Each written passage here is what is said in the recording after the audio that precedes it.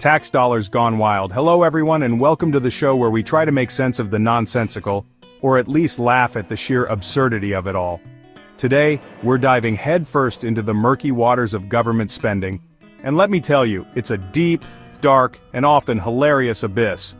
Ever wondered where your tax dollars really go? You know, the money you diligently hand over to the government every year, hoping it'll be used for, I don't know, something vaguely useful?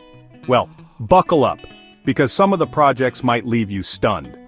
We're talking about the kind of spending that makes you wonder if someone accidentally spilled coffee on the control panel of government funding, and instead of hitting repair infrastructure, their hand twitched, and $100,000 landed to fund a study to see if Japanese quail are more sexually promiscuous if you give them cocaine.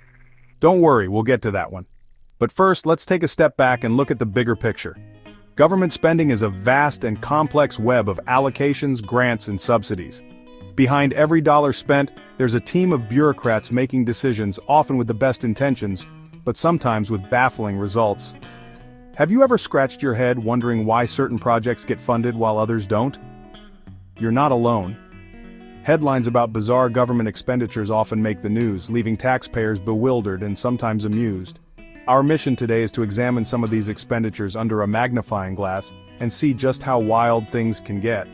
From extravagant parties to questionable research projects, the list is long and at times downright ridiculous. Take, for instance, the study on shrimp running on treadmills. Yes, you heard that right. $500,000 of your tax dollars funded a project to see how shrimp perform on tiny treadmills. While it might sound like a joke, it was a real study aimed at understanding the impact of environmental stress on marine life. It's hard not to chuckle at the image, but it raises serious questions about priorities and decision-making. So, as we navigate through these murky waters, let's keep an open mind and a sense of humor. After all, sometimes the best way to deal with the absurd is to laugh at it. Ready to dive deeper? Let's go. Stay tuned because what we uncover next might just blow your mind. Our first stop on this whirlwind tour of questionable government spending takes us to the heart of Paris, the city of love, baguettes, and apparently a very specific dialect of butcher speak. Paris, with its charming streets, historic landmarks, and world-renowned cuisine, is a city that has captured the hearts of many. But who would have thought that amidst the romance and culinary delights, there lies a secret language spoken by the city's butchers? Yes, you heard that right. The US government, in its infinite wisdom, once decided to fund a study on the secret language of Parisian butchers. This might sound like the plot of a quirky indie film, but it's a real event that actually happened. Imagine the surprise and confusion of taxpayers when they found out their hard-earned money was being used to decode the butcher's lingo. This decision raises a lot of questions. Why Parisian butchers? What secrets could they possibly be hiding that are of such importance? And most importantly, how did this become a priority for government spending? And how much funding did the government send? $30,000. Because, understanding the nuanced vocabulary of charcuterie is clearly a matter of national security. The study aimed to delve deep into the world of charcuterie, exploring the unique terms and phrases used by butchers in their daily work. While it might seem trivial to some, the researchers believe that this linguistic exploration could reveal fascinating insights into French culture and traditions. This linguistic deep dive set taxpayers back a cool $30,000. That's right, $30,000 of taxpayer money was allocated to uncover the mysteries of butcher speak. To put that into perspective, that's enough to fund several community projects, provide scholarships for students, or even improve public infrastructure. But instead, it was spent on understanding the butcher's code. Now, I'm no linguist, but I'm pretty sure bonjour and merci get you pretty far in a Parisian boulangerie. Most tourists manage to navigate the city just fine with a few basic French phrases. So, was this study really necessary? Could the funds have been better spent elsewhere? These are questions that many taxpayers are left pondering, but hey, at least we can now rest assured that if we ever need to infiltrate a secret society of French butchers, we've got the lingo down pat. While the practicality of this study remains debatable, it does add a quirky chapter to the annals of government spending. So the next time you find yourself in a Parisian butcher shop, remember that your tax dollars have contributed to understanding the rich tapestry of butcher speak. And who knows, maybe one day this knowledge will come in handy in ways we can't yet imagine.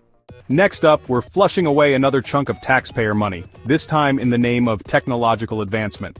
I'm talking about the government's foray into the world of smart toilets. Yes, that is right. Your hard-earned tax dollars went towards developing toilets that can, I don't know, probably tweet at you while you're doing your business. This technological marvel cost a whopping $350,000. Now, I'm all for progress, but I can't help but wonder if maybe, just maybe, the private sector could have handled the whole smart toilet situation. I mean, do we really need the government's help to create a toilet that can flush itself? Oh yeah, that was about $350,000. Hold on to your hats, folks, because things are about to get fishy. In a move that can only be described as inspired by a late-night Google search, the government once spent $100,000 to see if a sunfish becomes more aggressive when given gin or tequila. I'm not making this up. Apparently someone somewhere thought this was a question that needed answering. Now I'm no marine biologist, but I'm pretty sure getting a sunfish drunk is both unethical and unlikely to yield any meaningful scientific results. But hey, at least we can now add tipsy sunfish to the list of things we never knew we needed to worry about. Chapter 4: Cocaine-Fueled Quail, a Bird Brain Study. From the depths of the ocean, we now ascend to the lofty heights of, well, a research lab where someone thought it was a good idea to give cocaine to Japanese quail. Yes, you heard that right. In the name of science, these unsuspecting birds were introduced to a world of narcotics. The goal? To see if it made them more sexually promiscuous. It sounds like the plot of a bizarre comedy, but this was a real study conducted with real taxpayer dollars. This avian escapade into the world of narcotics cost taxpayers a cool $100,000. That's right, $100,000 that could have gone to education, healthcare, or infrastructure was instead used to fund a study on drugged-up birds. Now I'm no prude, but I can't help but think that maybe, just maybe, there are better ways to spend our money than on getting birds high and then studying their mating habits. Imagine the conversation at the dinner table. So what did you do at work today? Oh, just gave some quail a little cocaine to see if they'd get frisky. But hey, at least we can now add cocaine-fueled quail orgies to the ever-growing list of things we never knew we needed to know, and it only cost you $100,000 to find out. It's a strange world we live in, where the pursuit of knowledge can lead to such peculiar experiments. Who knows what they'll think of next? Maybe caffeinated cats or psychedelic pigeons? The possibilities are endless, and so is the curiosity of the human mind. In the end, while this study might seem absurd, it does highlight the lengths to which researchers will go to understand behavior, even if it means venturing into the realm of the ridiculous. So next time you see a quail, just remember, somewhere out there, its cousin might be living a very different, very wild life. Chapter 5: City Slicker. Frogs versus country bumpkin frogs. Next up, we're venturing into the amphibian world, where the government once spent a riveting $1.5 million to study the mating calls of frogs. The burning question: are city frogs' love songs different from their country cousins?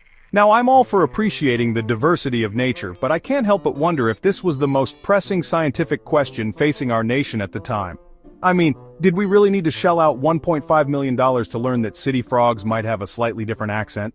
Chapter 6: Monkey Business. A transgender experiment. Our next stop on this taxpayer-funded tour of questionable science takes us to a place where the ethical lines get blurrier than a politician's promise.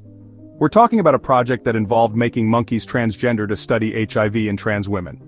This controversial research, which cost over $200,000, has been widely criticized for its ethical implications and questionable scientific value. Now I'm no scientist, but I can't help but wonder if there are better, more humane ways to study HIV.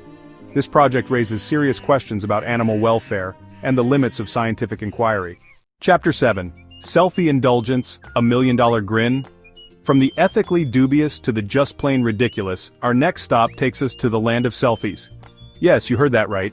The government once spent a cool $1 million to study whether taking selfies makes you happy. Now I'm all for a good selfie every now and then, but I can't help but think that this is a question best left to Instagram influencers, not government-funded researchers. Do we really need a $1 million study to tell us that taking pictures of ourselves might make us feel good? Remember those monkeys from earlier? Well, it turns out their taxpayer-funded adventures didn't end with questionable gender studies. Oh no, these primates were also enlisted in the name of economic research, specifically to study how monkeys gamble. This primate casino cost taxpayers a cool $3.6 million and left many wondering if we'd learned anything we couldn't have gleaned from watching a Wall Street banker on a Friday night. Do monkeys like to gamble? Sure. Do we need to spend millions to confirm this? Probably not. Hold on to your wallets, folks, because this next one is a real doozy. We're talking about a project that involved putting shrimp on treadmills. The government spent over $500,000 to see how these tiny crustaceans would fare on a miniature workout regime. The goal? To study the effects of sickness on shrimp. Now, I'm all for scientific research, but I can't help but wonder if there are more cost-effective ways to study shrimp sickness. Maybe, just maybe, we could have saved ourselves $500,000 and just asked the shrimp how they were feeling. And finally, we arrive at the grand finale of our government spending extravaganza, a project so monumentally wasteful, it became a symbol of political pork barreling.